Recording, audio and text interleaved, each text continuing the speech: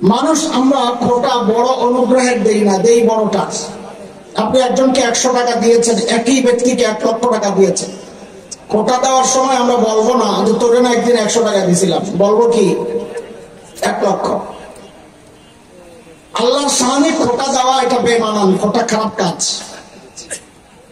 সেজন্য মুফাসসিররা অর্থ করেন আল্লাহ অনুগ্রহ প্রকাশ করেছেন। তো মুফাসসিররা বলেন যে সমস্ত নিয়ামতের ক্ষেত্রে আল্লাহ ঈমান না ব্যবহার করেছেন, বুঝতে হবে ওই নিয়ামতগুলো আল্লাহর দেওয়া একটা বড় নিয়ামত। যেমন সূরা হুজুরাতের শেষ আয়াতের আগের আয়াত আসছে, আল্লাহ বলছেন ইয়ামুন্নুনা আলাইকা আন আসলামু কুল লা তামুন্নু আলাইয়া ইসলামাকুম বালিল্লাহু ইয়ামুন্নু আলাইকুম আন হাদাকুম লিল ঈমান ইন কুনতুম সাদিকিন। আল্লাহ বলছেন বান্দা, আমি যে ঈমানের নিয়ামত তোমাকে দিয়েছি এটা আমার দেওয়া একটা বড় নিয়ামত। আমি আয়াতের তর্জমা করি নাই, ভাবটা বলতেছি। শুরুতে আমি যে আয়াত পড়েছি আলে ইমরানের 164 আয়াত, ওই আয়াতে আল্লাহ আরেকটা বড় নিয়ামতের কথা বলতেছে। মালিক বলেন لقد من الله على المؤمنين إذ بعث فيهم رسولا من أنفسهم يتلو عليهم آياته ويزكيهم ويعلمهم الكتاب والحكمة وإن كانوا من قبل لفي ضلال مبين। এই আয়াতে আল্লাহ দেখাচ্ছেন বান্দা, আমি যে আমার শ্রেষ্ঠ রাসূলকে তোমাদের রাসূল বানায়া পাঠাইছি, এটা আমার পক্ষ থেকে তোমাদের জন্য আরেকটা বড় নিয়ামত। আল্লাহর হাবিব আমাদের জন্য কত বড় নিয়ামত। নবী কি চিনি নাকি? দুনিয়ায় এমন বহু মানুষ আছে যাদের চেহারা দেখলে বুঝার উপায় নাই মুসলমান কিনা। আছে এমন? সন্দেহ করে জিজ্ঞেস করছেন, ভাই তোমার নাম কি? তো বলে সুমন। কি নাম? এখন করছেন আরো সন্দেহ, এটা সুমন খান না সুমন মন্ডল, মানে হিন্দু সুমন না মুসলমান সুমন। তো সন্দেহ দূর করার জন্য জিজ্ঞেস করছেন, ভাই তুমি কি নবী চিনো? বাপ রে বাপ, এই কথা জিজ্ঞেস করতে দেরি এমন খেপা খেপসা নবী চিনে মানে আশিক রাসূল নিয়ে। বাপ রে বাপ, যে চেহারা আশিক রাসূল। ওই বেটা কেমন আশিক রাসূল, একটা ছোট্ট গল্প শুনে। ছোটবেলায় আমরা যখন ছোট ছিলাম তখন এখন যেমন হিফজুল কোরআন প্রতিযোগিতা হয়, আমাদের ছেলেরা আন্তর্জাতিক পুরস্কার ছিনায় আনে, আমাদের সময়ও হইতো। বাকি ওই সময় হযরত ফেসবুক শরীফ না থাকার কারণে প্রচার পায়নি। তো ওই সময় একজন ফেভারিট প্রতিযোগী ছিল কারি হাফেজ কারি নুরুল্লাহ ভাই। ইসলামিক ফাউন্ডেশনের মাধ্যমে বাছাই হইতো। তো প্রায় নুরুল্লাহ ভাই ফার্স্ট হইতেন, কিন্তু ওনারে পাঠাইতো না। কেন? ওনার একটা শারীরিক সমস্যা ছিল, উনি কাঁপতেন। আন্তর্জাতিক পরিমণ্ডলে যায় এরকম কাঁপাকাঁপি করলে দেশের বদনাম হবে, তো ওনারে না পাঠাইয়া দ্বিতীয় যে হইতো তাকে পাঠানো। তো 1 বছর নুরুল্লাহ ভাই বাছাই প্রতিযোগিতায় অংশগ্রহণের জন্য গিয়েছেন। তো খতিব ওবায়দুল হক রহমতুল্লাহ আলাইহি ছিলেন বিচারক প্যানেলে। তো খতিব ওবায়দুল হক রহমতুল্লাহ আলাইহি নাকি জিজ্ঞেস করতেছেন, নুরুল্লাহ আগের মতো তুমি কাঁপনি? তো নুরুল্লাহ ভাইয়ের জবাবটা বোঝার জন্য আমার দিকে সবাই তাকাইছেন সবাই। তো নুরুল্লাহ ভাই নাকি জবাব দিচ্ছেন, হুজুর আগের মতো কাঁপি না, আগের মতো কাঁপি না। হাত কি করতেছে? মুখ কি করতেছে? আরে মুখ বলতেছে কাঁপি না, হাত বলতেছে। আজকালকার আশিকে রাসূল হালত এমনই হয়ে গেছে, ও মুখে বলে আশিকে রাসূল, আর চুল বলে আশিকে শয়তান। ও মুখে বলে আশিকে রাসূল, দাড়ি ছাড়া চেহারা বলে আশিকে শয়তান। ও যদি আশিকে রাসূল হইতো তো আর বিবির গায়ে হিন্দি সিনেমার নষ্টা ভষ্টা বেশ্যাদের পোশাক জড়ায় না।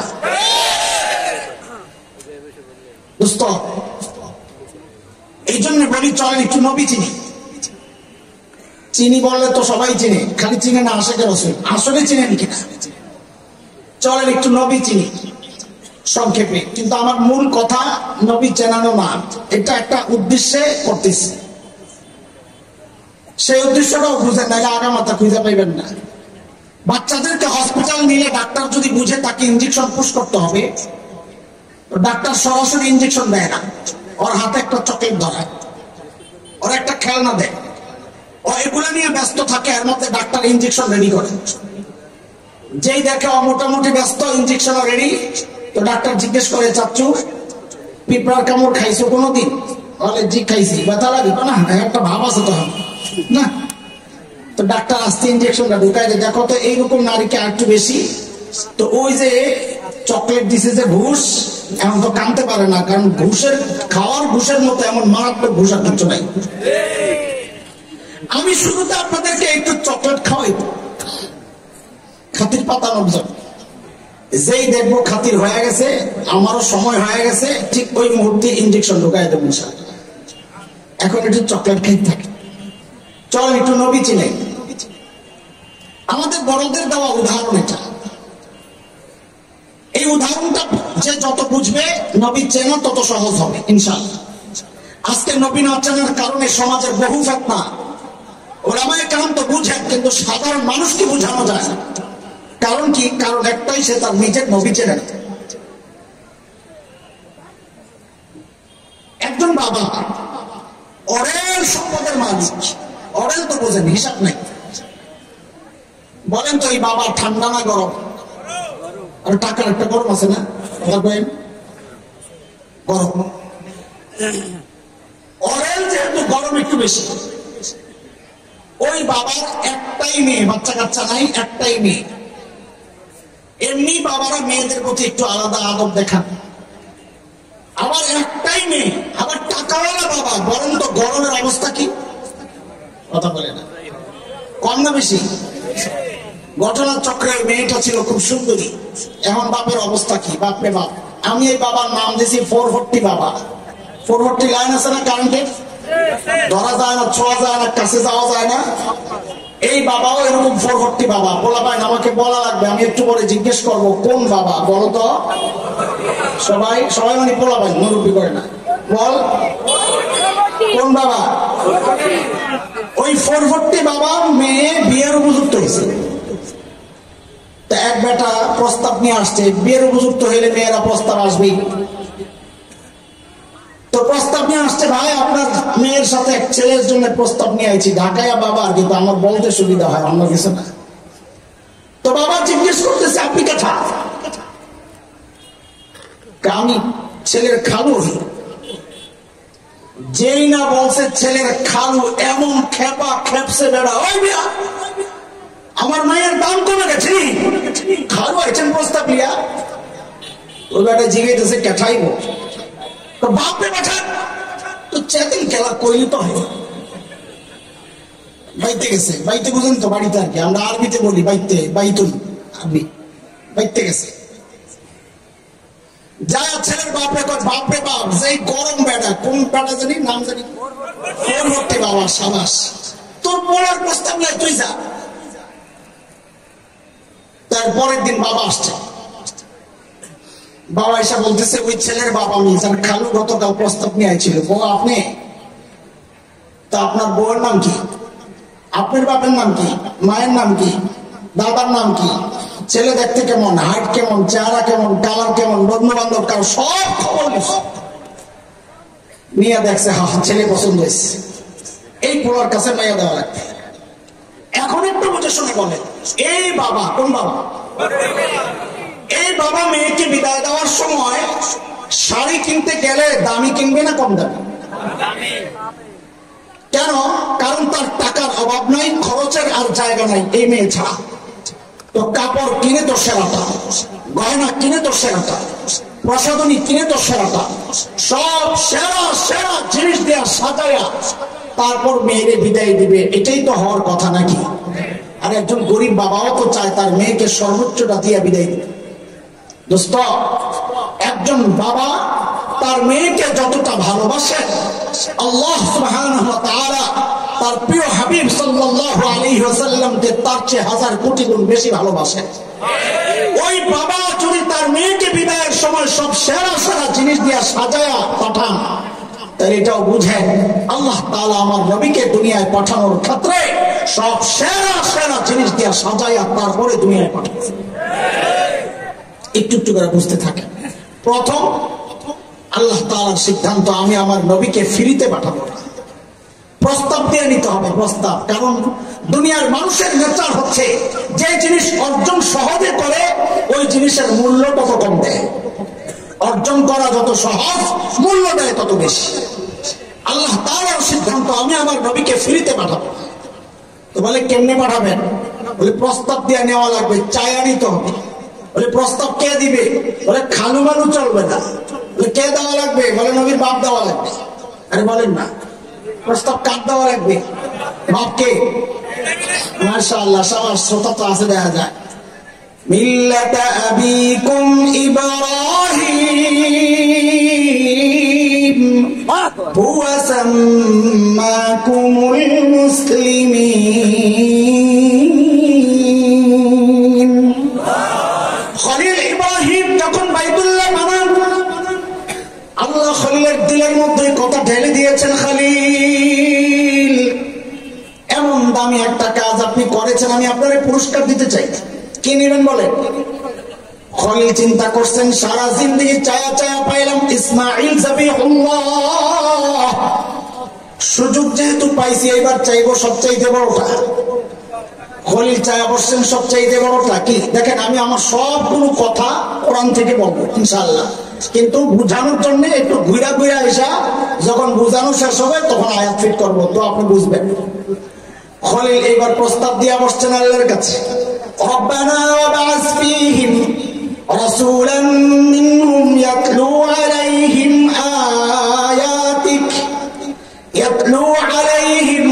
আয়াতিকা ওয়া ইউআল্লিমুহুমুল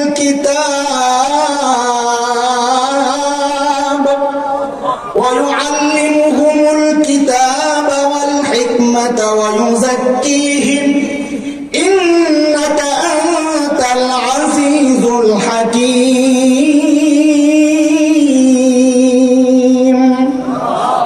আমার সাথে সাথে একটু বলেন, প্রস্তাব পাঠাইলেন কে? বলেন খলিলুল্লাহ। তো আমার বলতে ভালো লাগবে, বলেন প্রস্তাব পাঠাইলেন কে? পাশে কিন্তু বসা যাবিহুল্লাহ ইসমাঈল। বলে পাশে বসা আপনি কেমনে বুঝলেন? বলে আমি কেমনে বুঝলাম, আমি কি আসিলাম নাকি? কোরআনের আগের আয়াতই ওই কথা বলতেছে, وَإِذْ يَرْفَعُ إِبْرَاهِيمُ الْقَوَاعِدَ مِنَ الْبَيْتِ وَإِسْمَاعِيلُ। বাপ বেটা দুইজনে মিলেই তো বাইতুল্লাহ বানাইছেন, তো পাশে বসা। প্রস্তাব পাঠাইলেন খলিলুল্লাহ, ওই প্রস্তাবে আমিন বলে সুপারিশ লাগায়া দিলেন যাবিহুল্লাহ। বলেন আবার, প্রস্তাব পাঠাইলেন কি? সুপারিশ করলেন কি? অফিসের নাম কি? বাইতুল্লাহ। বলেন অফিসের নাম কি? যে অফিসে বসে বসে কারবার চলছে অফিসের নাম বাইতুল্লাহ। তা আবারও বলেন, প্রস্তাব পাঠাইলেন কি? সুপারিশ করছেন কি? অফিসের নাম কি? আল্লাহ দোয়া কবুল করে পাঠায়া দিচ্ছেন হাবিবুল্লাহ। জান নবী, আপনার বাবা প্রস্তাব দিচ্ছে, আপনি চলে যান দুনিয়া। পাঠানোর আগে একটু আটকাইছেন নবী, একটু দাঁড়ান, একটু পরে যান। কেন? তো মাহফিলের একটু সিস্টেমটা বুঝেন, নবীকে আল্লাহ কেন আটকাইছেন। প্রধান বক্তা আসতে একটু দেরি হইতেছে, ফোন দিছে, ভাই আমি জ্যামে আটকাই গেছি। আগের বক্তা ওনারে বলেন 10টা মিনিট চালায় নিতে। যত বড় বক্তা হোক, ফিনিশিং দিয়ে দিছে, যদি বলে আরো 10 মিনিট চালাম, মেজাজটা খারাপ হয়ে যায়, ফিনিশিং হয়ে গেছে। এখন কথা কিছু বলতে হয়, এলোমেলো কথা। শ্রোতা, ডিজিটাল শ্রোতা এটা বুঝে যায় যে কথার এখন লাইনে নাই, এলোমেলো চলতেছে। তখন শ্রোতাদের মধ্যে 3টা শ্রেণী হয়। এক শ্রেণী চুপচাপ বসে থাকে, জায়গা ছাড়া যাবে না, ওই পুরো হুজুরের বয়ান সামনে থেকে শুনছে। আরেক শ্রেণীর শ্রোতা অজু ইস্তেঞ্জা সারতে যায়, বুড়া মানুষ। আরেক শ্রেণীর শ্রোতা আরো দূরে যায়, শয়তানের লেন্দা করে। আসেনি এরকম কথা? মাহফিলটা একটু এলোমেলো। এর মধ্যে প্রধান বক্তা কাছাকাছি আইসা ফোন দিছে, ভাই আমি চলে আসছি। আয়োজকদের কলিজায় পানি আসছে, দ্রুত একজনকে পাঠাইতেছেন, যাই একটা স্লোগান লাগায় দাও। তো অনেক সময় স্লোগান আলাদা ব্যক্তি দেয়, অনেক সময় আগের বক্তা দেয়। আগের বক্তা দেওয়াটাই ভালো, কারণ অন্য কেউ দিলে বক্তার আলোচনা থামায় স্লোগান দেওয়া এটা ভালো লাগে না, দেখতে অসুন্দর লাগে। তো বক্তা স্লোগান দিচ্ছে কি, প্রধান বক্তার আগমন, শুভেচ্ছা, স্বাগতম, লিল্লাহি তাকবীর, আল্লাহু আকবার। কেন দেয় স্লোগান? এলোমেলো মজবাটা জমানোর জন্য। ঠিক আল্লাহ তাআলা আমার নবীকে দুনিয়ায় পাঠানোর আগে একটু আটকাইছেন, নবী একটু ওয়েট। বলে কেন? বলে মাহফিল একটু এলোমেলো, আমি একটা স্লোগান দেওয়া এলোই, মাহফিল একটু জমা এলোই। বলে স্লোগান কে দিবে? বলে আপনার আগের বক্তা নবী ঈসা আলাইহিস সালাম দিবে। তো নবী ঈসাকে আল্লাহ হুকুম করলেন, নবী ঈসা স্লোগানটা আপনি দিয়ে দেন। সূরা সফ আয়াত 6, নবী ঈসা স্লোগান দিচ্ছেন, وَإِذْ قَالَ عِيسَى ابْنُ مَرْيَمَ يَا بَنِي إِسْرَائِيلَ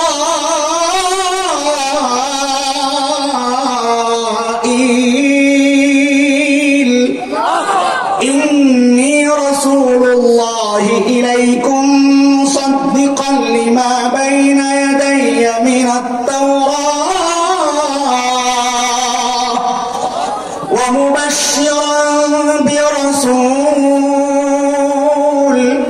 يَأْتِي مِن بَعْدِ اسْمُهُ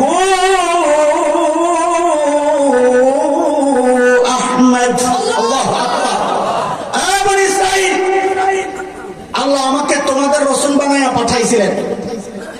এই কথাটা বহু ফিতনার মূল উৎপাদনের জন্য এই কথাটা একটা জরুরি কথা। এই জন্য এই কথাটা প্রত্যেকটা মানুষের মুখস্থ করা দরকার। সবাই বলেন আমার সাথে, ও বনি ইসরাঈল, আল্লাহ আমাকে তোমাদের রাসূল বানায়া পাঠাইছেন। বলেন না, আবার বলেন, ও বনি ইসরাঈল, আল্লাহ আমাকে তোমাদের রাসূল বানায়া পাঠাইছেন। আবার আবার, ও বনি ইসরাঈল, আল্লাহ আমাকে তোমাদের রাসূল বানায়া পাঠাইছেন। এটা মনে রাখবেন, এটা আমার ইনজেকশনের সুই, সময় মতো আমি নেব ইনজেকশনটা, ইনশাআল্লাহ সুইটা। 2 নম্বর ঘোষণা, এতদিন তো আমিও ওয়াজ করছি, এখন প্রধান বক্তা আসতেছে আমার পরে, মিন বাদি ইসমুহু আহমদ।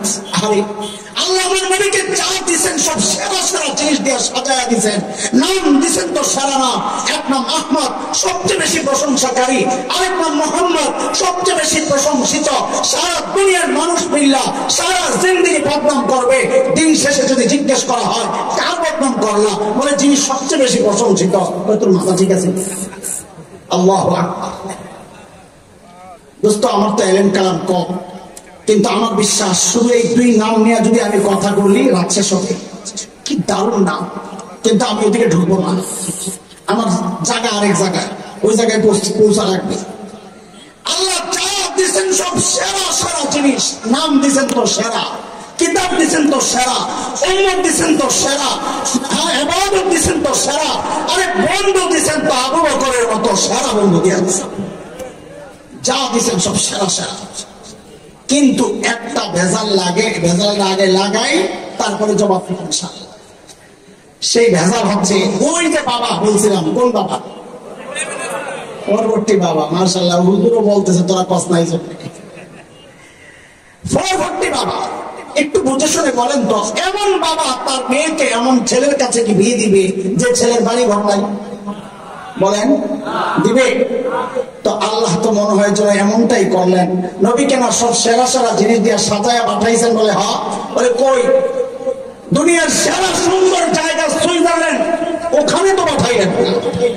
দুনিয়ার সেরা সুন্দর জায়গা বলা হয়, ভূস্বর্গ বলা হয়, দুনিয়ার জান্নাত কাশ্মীর, কই? ওখানে তো পাঠাইলেন। কই পাঠাইলেন?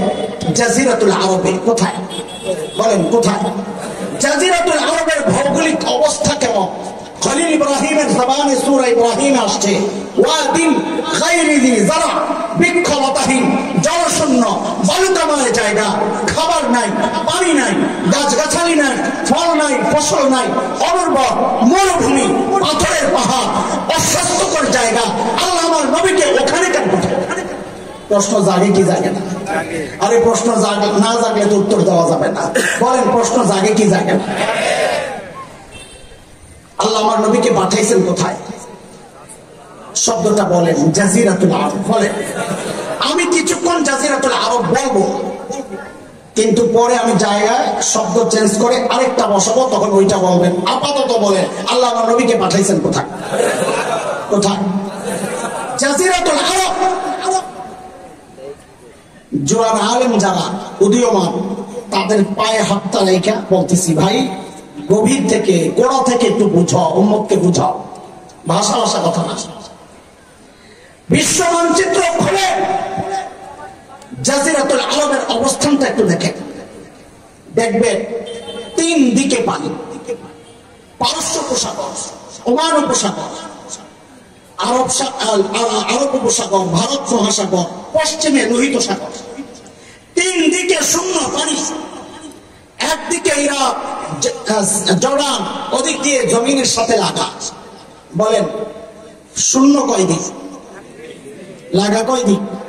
আবারও বলেন শূন্য কয় দিক? লাগা কয় দিক?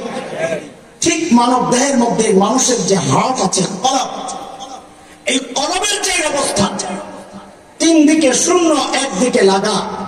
ঠিক বিশ্ব মানচিত্রের জাজিরাতুল আরবটা যেন ঠিক ওই রকম। এই জন্য ভূবিজ্ঞানীরা জাজিরাতুল আরবের নাম দিয়েছেন জিওগ্রাফিক হার্ট। এটা বিশ্ব মানচিত্রের হার্ট। এতক্ষণ বলেছি আল্লাহ আমার নবীকে কই পাঠাইছেন। এখন এই জাজিরাতুল আরবকে সরায়া এখানে বসান, আল্লাহ আমার নবীকে হার্টে পাঠাইছেন। বলেন আল্লাহ আমার নবীকে কই পাঠাইছেন? বলেন কই পাঠাইছেন? হ্যাঁ, বুঝতে থাকেন, মনোযোগ হারায়েন না। চেইন কথা, একটা না বুঝলে পরেরটা বোঝা কঠিন হয়ে যাবে। আবার বলেন আল্লাহ আমার নবীকে কই পাঠাইছেন? হার্টে কেন পাঠাইলেন? হার্টে কেন পাঠাইলেন?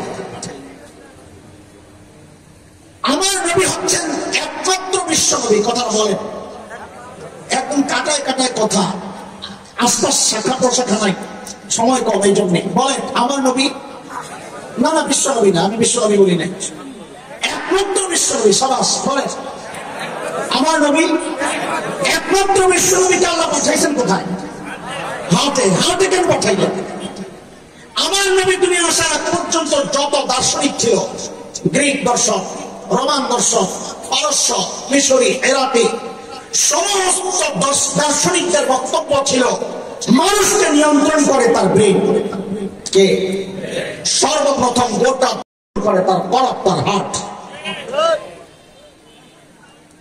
বুখারী বর্ণনা 55, মুসলিম 1599, নুমান ইবনে বাশীর রাদিয়াল্লাহু আনহু বর্ণনাকারী, আল্লাহর হাবিব বলেন, আলা ওয়া ইন্না ফিল জাসাদি মুদগাহ ইযা সালাহাত সালাহাল জাসাদু কুল্লুহু ওয়া ইযা ফাসাদাত ফাসাদাল জাসাদু কুল্লুহু আলা ওয়া হিয়াল কলব। এই হাদিস দিয়া তো পীর সাহেব হুজুর ওয়াজ করে আত্মা পরিশুদ্ধের মেহনত নিয়া। আমি তো পীর সাহেব না, আমি তো মুরিদ সাহেব। আমি এটা আরেক জায়গায় কাজে লাগাই। কি সেটা? নবী বলেন যে হাত ঠিক তো বডি ঠিক। বলেন আমার সাথে অর্থ, সহজ অর্থ করেন। হাত ঠিক তো, হাত ঠিক তো। আল্লাহ আমার নবীকে পাঠাইছেন কোথায়? আমার নবী একমাত্র, সবগুলোর মিলান, হিসাব মিলান, সবগুলোর একসাথে করেন। আল্লাহ আমার নবীকে হার্টে কেন পাঠাইছেন? ও নবী, আপনি যেহেতু একমাত্র বিশ্ব নবী, গোটা দুনিয়া একসাথে দিন প্রচার করা আপনার পক্ষে সম্ভব, কিন্তু কষ্ট হবে। আপনার সহজ করার জন্য আমি আপনাকে হার্টে পাঠাইলাম। কেন? আপনি হার্টে মেহনত করেন, জাজিরাতুল আরবে হার্টে মেহনত করেন। হার্ট যদি ঠিক হয়ে যায়, আমি এর বরকতে গোটা দুনিয়ার বডিকে ঠিক করে দেব। বাস্তবতা হচ্ছে আজকে হার্টের মুসলমান শাসকদের ইমান, আকীদা, বিশ্বাসে গন্ডগোল পতন ধরেছে। ফলাফল সারা দুনিয়ার মুসলমান মার খাচ্ছে। আমি চ্যালেঞ্জ করে বলছি, এখনো যদি ওই হার্টের মুসলমানের ইমান আকীদা ঠিক হয়ে যায়, জাজিরাতুল আরবের শাসকদের ইমান আকীদা ঠিক হয়ে যায়, এখনো সারা দুনিয়ার বড়ির নিয়ন্ত্রণ মুসলমান করবে। কেন? নবী বলেছেন হাত ঠিক তো বড়ি ঠিক। দুইটা ছোট্ট উদাহরণ দিয়ে বুঝেন। এই যে বিশাল জনসমুদ্র, ধরেন এটা একটা বিশাল পুকুর, ঠিক মাঝখানে একটা ঢিল ছড়েছে। ঢেউটা সমানতালে চারদিকে ছড়াবে, তাই না?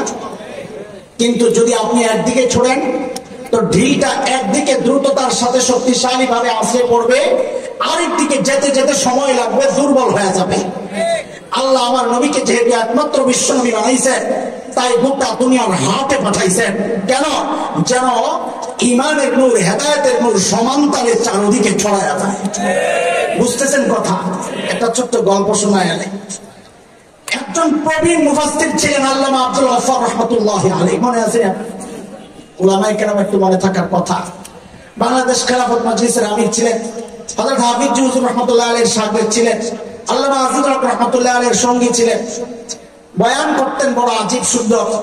আমাদের মতো তো ভুমবান ছিল না, সাদাসিধা মানুষ, কিন্তু রসিক ছিলেন খুব। হযরত একটা গল্প শোনাইছেন, ওই গল্পটাও আমি কাজে লাগাই, একটু দেখেন। বলে আমরা ইন্ডিয়াতে গেছি আলেমদের এক কাফেলা সফর। তো সকালবেলা নাস্তা দিছে বড় প্লেটের মধ্যে শুকনা খিচুড়ি, গরম টাটকা ঘুরতেছে, ওরা খায়। মাঝখানে ঘি দিয়েছে, ঘি মাঝখানে। গরমের তাপে ঘি গলে তেল হয়ে গেছে। ঘি গলে গেলে তো কি হয়ে যায়? তেল হয়ে যায়। তো পশ্চিম দিকে যে মাওলানা সাহেব বসছেন, উনি হঠাৎ করে কাম একটা করে বসছেন। এটা বুঝার জন্য আরেকটা কথা বুঝেন। মুসলমান সর্বপ্রথম হিজরত করছে কোন দিকে? কয় মদিনায়। আবিসিনিয়া কোন দিকে? পশ্চিম দিকে, আফ্রিকা, লোহিত সাগরের পশ্চিম পার। ওই যে কয়দিন আগে ব্রিক্স এর সদস্য হয়েছে ইথিওপিয়া, সেটাই নবী যুগের আফসা। পশ্চিম দিকে যেই আলেম বসছেন, উনি হঠাৎ ঘিয়ের মধ্যে আঙ্গুলটা ঢুকায় নিজের দিকে একটা টান মারে আর বলে, ইসলাম প্রথমে মক্কা থেকে হাবশার দিকে হিজরত করছে। ঘিরে বানাইছে ইসলাম মাঝখানে। পূর্ব দিকে যে মাওলানা সাহেব বসতে দেখছে ঘি তো হাবশাওয়ালা খাই লেব, উনি দেরি না করে তাড়াতাড়ি আঙ্গুলটা দিয়ে নিজের দিকে একটা টান মারে আর বলে, এরপর ইসলাম মক্কা থেকে মদিনার দিকে হিজরত করছে। এখন ঘি ছুটছে সব মদিনার দিকে আর হাবশার দিকে। আব্দুল গফফার রাহমাতুল্লাহি আলাইহি দেখছো কারবার মৌলবীরা তো ঘি সব খাইলে বলে আর দেয়। তা আমি আর দেরি করলাম না, তাড়াতাড়ি হাতাগুলারে বইটা ঘিটারে পুরা খিচুড়ির মধ্যে মাখলাম আর বললাম, এরপর ইসলাম গোটা দুনিয়ায় ছড়ায় গেছে। আমার নবীকে দুনিয়ার মাঝখানে পাঠানোর কারণে সময় মতো আমি আর তুমি ইসলাম নামক ঘিয়ের ভাগ পাইছি। এই জন্য মাঝে মধ্যে বলি, বাংলাদেশে ইসলাম কচুরি বানার মতো ভেসে আসে নাই, কিন্তু সাহাবীদের হাত ধরে এই দেশে ইসলাম এসেছে। এই দেশ থেকে কেউ ইসলাম নিশ্চিহ্ন করতে আসলে খোদার কসম খায়া বলি, অনিশ্চিহ্ন হয়ে যাবে, কোন সন্দেহ নাই। লাইনে থাকেন, আবার মনোযোগ হারায়েন না আগের কথায়। আমার নবী কি ছিলেন? একমাত্র বিশ্বনবী। একমাত্র বিশ্বনবী কাকে বলে এটা একটু বুঝা লাগবে দোস্ত, এটা একটু পরে আসতেছে। যুবক, চোখ কান খোলা রাখো। হুজুর স্লোগান দেওয়া হয়েছে, জিহাদ করে বাঁচতে চাই না, বাঁচতে চাই বলে নাই, কি জানি একটা বলছেন। ফোলাপানি এই স্লোগানটা বড় আমার কাছে বিরক্ত লাগে। বলে জেহাদ জেহাদ জেহাদ চাই, জেহাদ করে বাঁচতে চাই। কি বাঁচবি তো জেহাদে যাবি কেন? এটা কেমন কথা? আমার তো বুঝে আসে। আমি জেহাদে যাবো তো শহীদ হওয়ার জন্য, বাঁচার প্রশ্ন আসবে কেন? জেহাদ করে মরতে চাই, সাথে কয়েকটা লইয়া। ঠিক আছে না? ইনশাআল্লাহ। ডরে কয় না, এখন মরার ব্যাপার আসছে, এখন ডরে কথা কয় না। সময় ভালো না, আকাশে শকুনের আনাগোনা পরিলক্ষিত হচ্ছে। হুজুরে তো পিঠা দিবই না। ওই সময় একটু আস্তে আস্তে আমিও হয়তো লাঠিওয়ালা হয়ে যাবো। লাঠি মানে বাইরের না লাঠি না, ভর দেওয়ার লাঠি। পিঠা খাইলে তোরাই খাবি। এই জন্য তোদের একটু চোখ কান সব খোলা রেখা, দিল খোলা রেখা কথাগুলো শোনা দরকার। ছোট্ট একটা গল্পের সাথে আমি আমার ফিনিশিং এর কথাগুলো বলতে চাই। 8-10 বছর আগে দিনাজপুর গিয়েছিলাম আমরা দাওয়াতি কাফেলা নিয়ে। দেখেন, অনেকে বিষয়গুলো বিশ্বাস করতে কষ্ট হবে। আমরা মাঠে ময়দানের মানুষ, কই কই ঘুরি, কই কই যায়, আপনি চিন্তাও করতে পারবেন না। পাহাড়ের চিপায় চাপায় উপরে খানা। ওই যে আজকে আমাদের মাকসুদ ভাই গড়ডাঙ্গার বলতেছিলেন, ভাইয়ের সাথে আমার কি এক স্মৃতি আছে। কই মাকসুদ ভাই আছে? খালি পায়ে দুইজনে বৃষ্টি দিয়া পাহাড়ের কই কইতে উঠছি। মাকসুদ ভাই সাক্ষী, গাড়ি লয়া লয়া পাও কাইটা মিটটা শেষ। আমরা সেই জায়গার মানুষ, আমরা জানি এটা, অনেকে বিশ্বাস করে। সংখ্যাটা 100 নয়, 1000 নয়। খ্রিস্টান মিশনারি আর কাদিয়ানীদের তৎপরতার কারণে লক্ষ লক্ষ মুসলমান খ্রিস্টানের কাদিয়ানী হয়ে যাচ্ছে।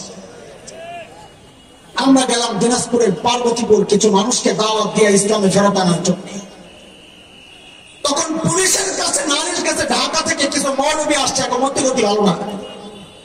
পুলিশ ডাকাইলেন, কিরে ভাই আপনারা কারা? বলে ঢাকা থেকে আসছি দাওয়াত নিয়ে। পুলিশ আমাদেরকে একটা প্রশ্ন করেছে, আচ্ছা আমরা মুসলমান সারা দুনিয়া ইসলামের প্রচার করি, খ্রিস্টানরা বাংলাদেশে আমাদের ধর্মের প্রচার করলে কি সমস্যা? হুজুর চলে আসছে, আমি কথা বাড়াবো না, শুধু শেষ করি। সমস্যা দুস্থ সমস্যাটা বুঝেন, কারণ আমার নবী একমাত্র বিশ্বনবী, অন্য কোন নবী বিশ্বনবী না।